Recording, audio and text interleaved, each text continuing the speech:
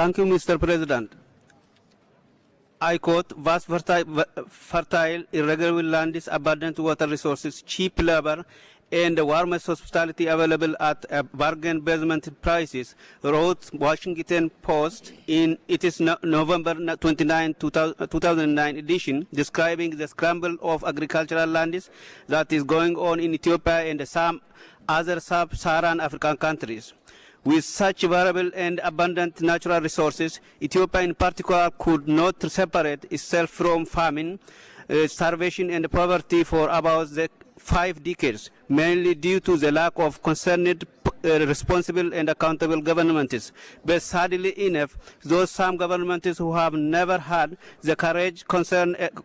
and the feeling of responsibility to secure their basic necessity of survival, such as food, have now become very courageous to sell the most fundamental resources, such as fertile lands, to foreign states and transnational companies. More saddening and even equivalent to the insult to the country and its people, that the sum of the foreign countries from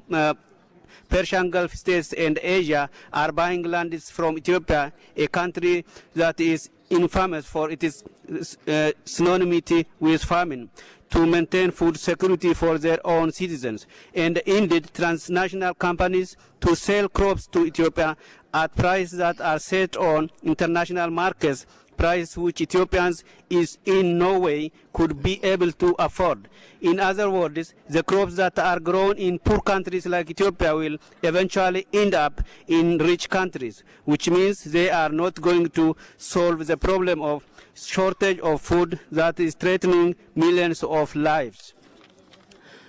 What is more, as a result of the massive land grabs that are going on, hundreds of thousands of local farmers are being displaced from their garden, farmlands, and the water of their cattle without any compensation, only to be reduced to daily laborers, all dependents losing the hope of getting bread and milk on the table at 60 cents per day that comes through the family head, who might get the chance to employment by the new landlord, means nothing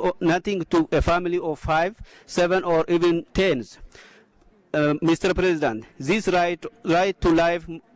of many citizens is under question. These land deals involve 50 to 99 years contract are being stuck with no slightest public consultation and public input. I quote, as UN official with FAO put it, we see statements from ministers where they are basically promising everything with no controls and conditions. Quote in, there are other concerns in addition to depletion of natural resources, environment and destruction and pollution have been resulting from the previous chemicals by the